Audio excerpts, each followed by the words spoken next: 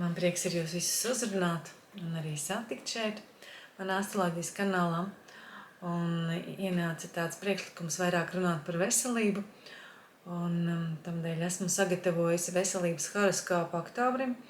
Noteikti gribu dzirdēt atsauksmes. Rakstiet tātad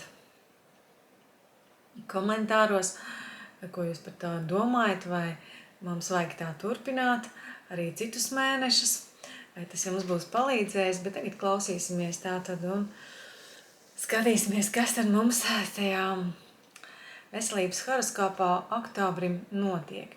Tātad mēs runāsim par dzīvības enerģiju kopumā, runāsim par mūsu procesiem, kas notiek mūsu ķermenī, un arī tātad par mūsu emocijām un psiholoģisko un mentālo veselību.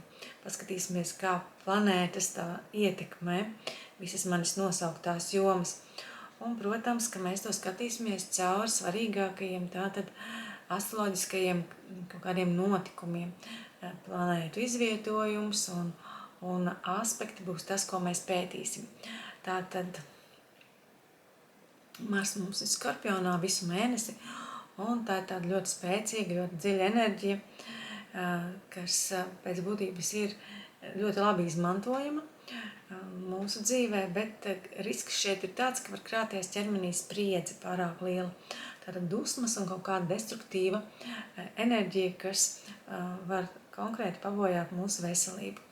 Tāpēc ir jāiemācās un regulāri jānodarbojās ar ķermeņa atbrīvošanu no spriedzes. Marsam ļoti patīk tātad fiziskas aktivitātes un fiziska izlāde un, protams, arī attīrīšanās, dažādas detoksikācijas metodas arī jūs šeit varat lietot. Saturns atkal gādās par to, lai notiktu kaut kādi hronisku slimību sāsinājumi. Īpaši tie ir saistīti ar mūsu imunitāti, mūsu šķidrumu balansu, pievēršam uzmanību kājām, īpaši pēdām, tad pēdu masāža šajā mēnesī mums ir ieteicama, tāpat kā nepieciešama regulāra atpūta un labs un kārtīgs miedziņš. Par to arī rūpējamies. Un vēl šajā mēnesī mums var palielināties arī miegainība.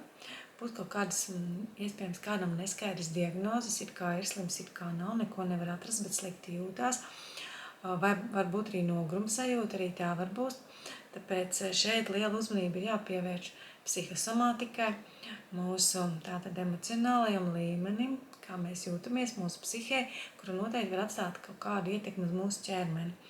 Un tāpēc es jūs aicinātu apgūt to, ko mēs saucam par garīgo higiēnu,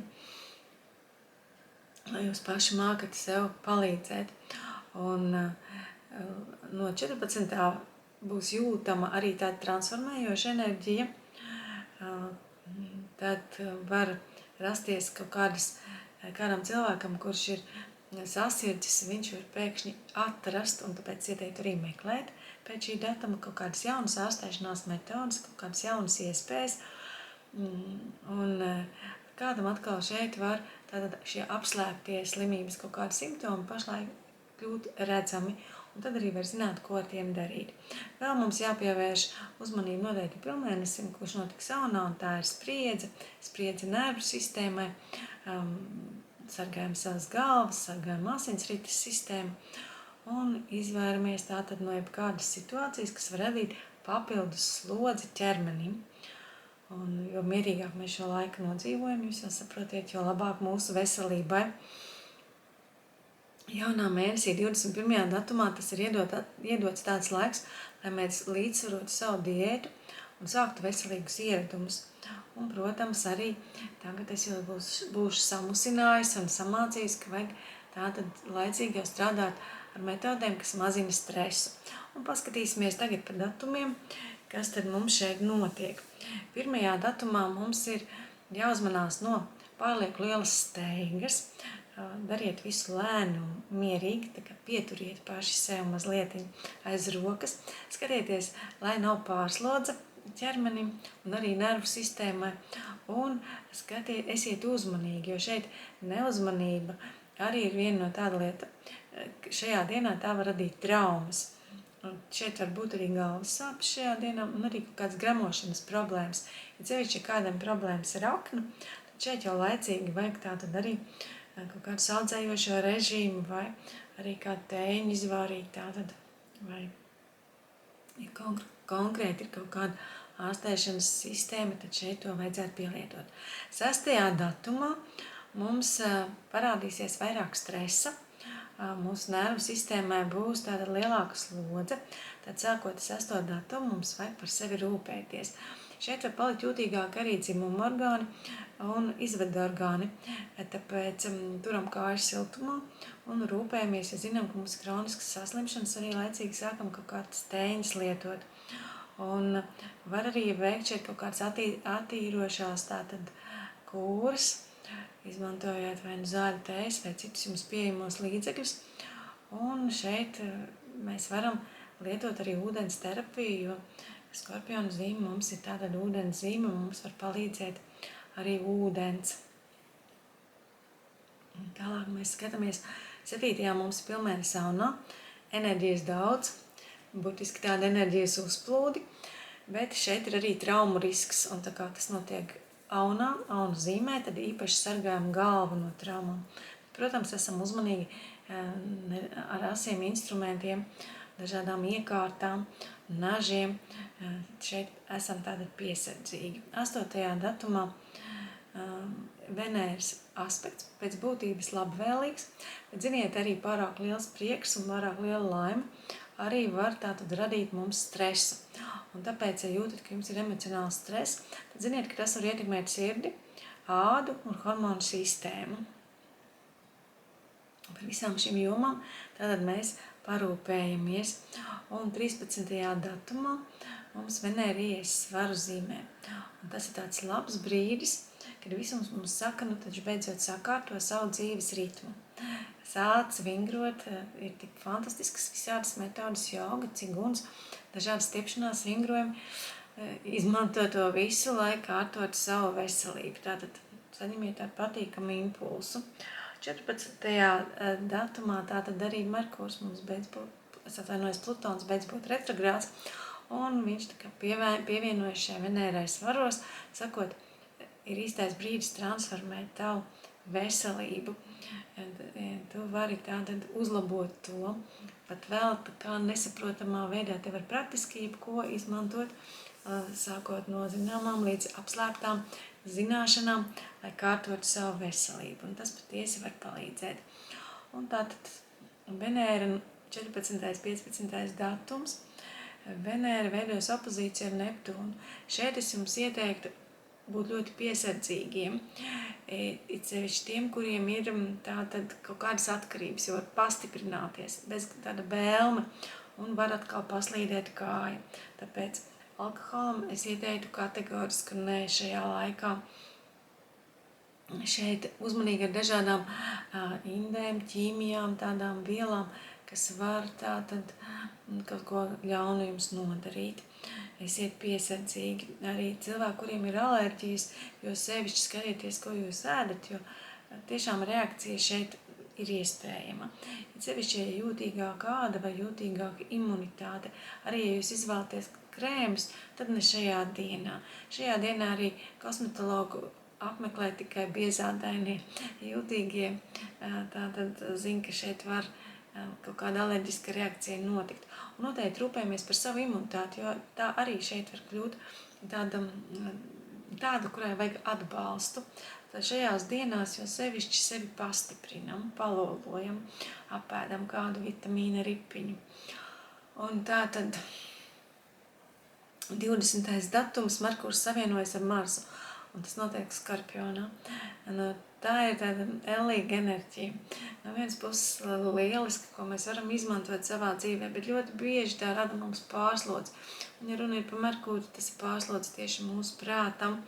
Un tāpēc atvēliet laiku atpūtai, atvēliet laiku, kur jūs varat atslābināties, kā jūs varat atbrīvoties no tādas spriedzes. Lūk, tā, 21. datums. Jauns mēnesis svaros, un tas ir labs brīdis, kā jau teicu, ieslēgt tādu jaunu diētu, vai jaunu fizisko režīmu, kaut kādu ritmu atrast.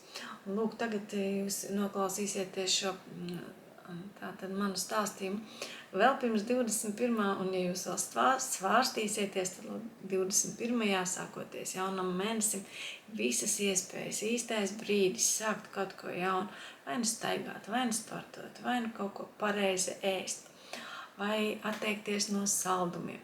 Nu, kaut ko izdariet savas veselības labad. Un vai arī sakārtojiet savu miega režīmu, lai iet laicīgi gulēt, nevis 2 naktī, bet 11. vakarā. Arī tas būs labi. 22. datums. Šeit var parādīties kaut kādas noguruma izpausmes, kaut kādas neskaidras sajūtas. Es jums ieteiktu, lūk, šajā laikā sākt, tie, kas prot meditēt, noteikti meditēt. Un tie, kur neprot, tie sāk rakstīt dienas grāmatu. Tie sāk rakstīt dienas grāmatu un pierakst savus sapņus, savas kaut kādas iztēles, ainas, vīzijas, ko pēc tam jūs varat tulkot, lai izprastu savu zemapziņu, lai saprastu sevi. Jo šeit šīs kaut kādi impulsi, kas tiek sūtīti, viņi ir ārkārtīgi neskaidri, viņas ir grūti saprast, tāpēc viņus vajag tulkot. Un šeit, protams, mēs varam meklēt dažādu izpalīgu klātbūtni, tie var būt psihologi, tie var būt psihoterapeiti, tie var būt citu prakšu pārstāvji, tie var būt arī astrologi, kas jums palīdz tad, ja jūs jūtat kaut kādas neskaidras sajūtas, tur var baiļu sajūta arī parādīties, vai trauksmes sajūta, jūs kaut ko tādu sajūtat savā dzīvē, meklējiet iemeslu. Tas vienmēr ir. 24. 26. datums, Merkūra trigons ar Jupiteru un Saturnu. Šeit paliek tāds viss stabilāks, mēs nostājamies stabilāk uz zemes, un tas ir lielisks laiks, lai kārtotu savu veselību. Labs laiks, lai konsultētos ar kādu gudrnieku par savu veselību. Labs laiks, lai veiktu veselības pārbaudas un iegūtu skaidrību, kā jūs patiešām jūtaties. Un arī labs laiks, lai sāktu tātad ārstniecību, jo šeit, kaut arī Saturns, ja mēs skatāmies Jupiteru, tad Jupiters noteikti saka, ka visas iespējas ir sasniegt savu rezultātu un labu rezultātu. Saturns sola to lēnāk, pieliekot vairāk pūles, bet tie rezultāti var būt stabilāki. Un tātad izmantojam šos datumus, lai kārtotu vai lai pārbaudītu un lai sāktu ārstēšanos. 28. 31. oktobrs. Šeit ir tādi labi un patiešām enerģētiski spēcīgi aspekti. Mars ar Merkūru tos veidot, ir lieliska enerģija un gribas fiziski izpausties, gribas fiziski kustēties, gribas skriet, lekt, rāpties, vingrot, bet šeit ir risks pārspīlēt. Ja jūs neesat praktizējuši, ja jūs neesat vingrojuši, un tieši tagad noklausījušies šo visu, saņemat tādu impulsu sākt darboties, sāciet lēnām, soli pa solim, jo lūk šajos datumos jo sevišķi ir risks pārspīlēt. Un tad varbūt ievainojumi muskuļos, varbūt locītavas traumēts. Tāpēc sāciet darīt, tas ir jādara, bet sāciet to prātīgi. Tādā patīkamā ritmā, patīkamā tempā visu. Un ķermenis par to būs pateicīgs, lēnu garu iekustēsieties. Un 29. datumā mums ir Merkura opozīcija ar Urānu, kad patiešām var kaut kas negaidīt notikt. Tāpēc jau sevišķi es jūs mudinu būt piesardzīgiem vingrojot. Un arī šeit nervu sistēma jūtīgāka. Šeit ir iespējams arī bezmiega naktis. Šeit ir iespējami arī uzbudinājumi un spriedze un stress. Tāpēc arī šeit mēs jau laicīgi mierinam savu nervu sistēmu, rūpējamies par tās labsajūtu, vērojam sevi kā no malas, skatāmies, kā mēs paši sev varam palīdzēt. Un tātad, ja ir bezmieguma naktis arī, ja tā nu ir noticis, ja jūs neesat aizmiguši, izmantojiet tās tā vērtīgi noklausieties kādu lekciju YouTube vai pameditējiet. Un arī tad nebūs tāda mētāšanās pa gultu. 31. datums. Šeit ir laba diena, lai ārstētos, lai izdomātu stratēģiju, lai ārstētos. Šeit patiešām var tā dziļi izprast ķermeni un var satikt cilvēku vai ārstu, kurš patiešām būs palīdzošs, kurš patiešām arī palīdzēs jums sakārtot to veselību. Tā kā tie ir tāds lielisks aspekts, ko vajadzētu izmantot. Arī informāciju, ja vācat, jūs to varat savākt. Un arī tātad ne tikai nospraužot stratēģijas, bet arī sākot šo veselības kursus, šis ir ļoti labs laiks. Un tātad, ko mēs varam teikt par veselību oktobrī? Kā jūs redzat, enerģijas ir diezgan, bet tā ir mainīga. Tā ir kādā brīdī ārkārtīgi labvēlīga, kādā brīdī tā prasa tātad tūlītēju izlādi. Ja, jo var radīt, tās var būt tik daudz, ka tā var radīt jau spriedzi. Un tas ir saistīts ar šo Marsa intensitāti, kas šajā mēnesī pietiekoši spēcīga. Jo citādi tas var pāvērsties par tādu stresu vai dusmu uzliesmojumiem, kur labākajā gadījumā tātad būs visiem pamanāmi un eksplozīvi, bet sliktākajā gadījumā tas būs tāds vulkāns iekšā, kas tur grūzdēs, bojās jūs iekšējās orgānus, bojās jūs nervu sistēmu. Tā kā esam ar to piesardzīgi. Vēl mums, protams, kā mēs pamanījām, ir galva jāsargā, imūnsistēma, jā, var nošūpoties, un rudenī tas ir arī saprotams, tāpēc stiprinam to ar visiem iespējamiem līdzekļiem, sākot ar tātad ķiploku krēlēm, beidzot ar dažādiem preparātiem, ko jūs zinat. Un, ja jums ir hroniskas slimības, tad ļoti sevišķi skatāties šo kā ceļvedi, kad jūs varat jau laicīgi sagatavoties un tātad pabalstīt sevi un no pārslogošanas. Ja, tātad ieteikumi mani ir kādi, protams, meditācija un pašārstēšanās sistēmas, kā joga un ciguns, ko arī es praktizēju, ir ļoti palīdzošas. Tad, kad jūs to apgūstat un iemācaties, tad patiesi tās bedres, kurās jūs krītat, nav tik dziļas.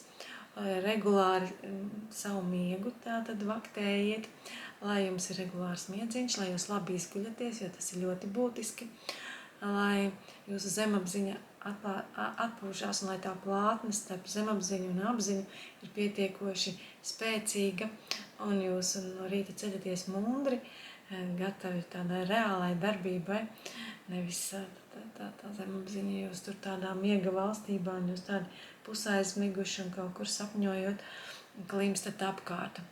Šeit ir vajadzīgas arī fiziskās aktivitātes, kas attīra, jā, tātad, kas nostiprina, bet atceramies, ka tās ir saprātīgas, tās ir arvien pieaugošas, uzreiz nav pārāk intensīvas. Lieliski šeit varat izmantot peldēšanu, jo mums Saturns, Neptūns ir zivīs, arī tas ir ūdens, un tāpat tās Mars ir ūdens zīmē Skorpionā, un tāpēc ir labi arī tātad kaut kādas attīrīšanās programmas, kas saistīts ar ūdeni, ar ūdens stihiju, mēs varam šeit izmantot. Šeit pietiekoši daudz Venēra veido šajā mēnesī aspektus, kas saistīti ar attiecībām, kādam tas var radīt arī kaut kādu spriedzi, un tas var ietekmēt jūsu sirdi un nervu sistēmu. Tāpēc gādājiet par savu emocionālo līdzsvaru. Un jauns mēnesis, vēlreiz atgādināšu, tāds lielisks laiks, lai sāktu šo veselības kaut kādu jaunu kūri. Kāds sāks jau no 1. datuma, kāds no šī 21. Katreiz jūs varat atrast kaut ko jaunu, kaut kādu jaunu niansi, ko jūs varat vēl izmantot. Tā var būt gan homeopātija, gan tēju dziedniecība, gan adatu terapija, gan dažādas vingrošanas prakses. Ir bezgalīgi daudz tātad metodas, ko jūs varat lietot līdztekus mūsu tātad oficiālajā medicīnai, zālēm, un visu šo lieliski apvienojot, kas jau sevišķi patiks ūdensvīra laikmetam, ka mēs izmantojam dažādas metodas, un tā jūs varat šo savu veselību tātad uzlabot un noturēt. Lūk, rakstiet komentāros, vai šis mums der mūsu kanālam, vai jūs gribat vairāk šādas informācijas, lai es sagatavoju, lai tas ir kļūst par tādu mūsu ikmēneša ieradumu, un es būšu pateicīga par jūsu atsauksmēm un novēlu jums visiem veselību. Lai mums visiem veicas atā, visu labu!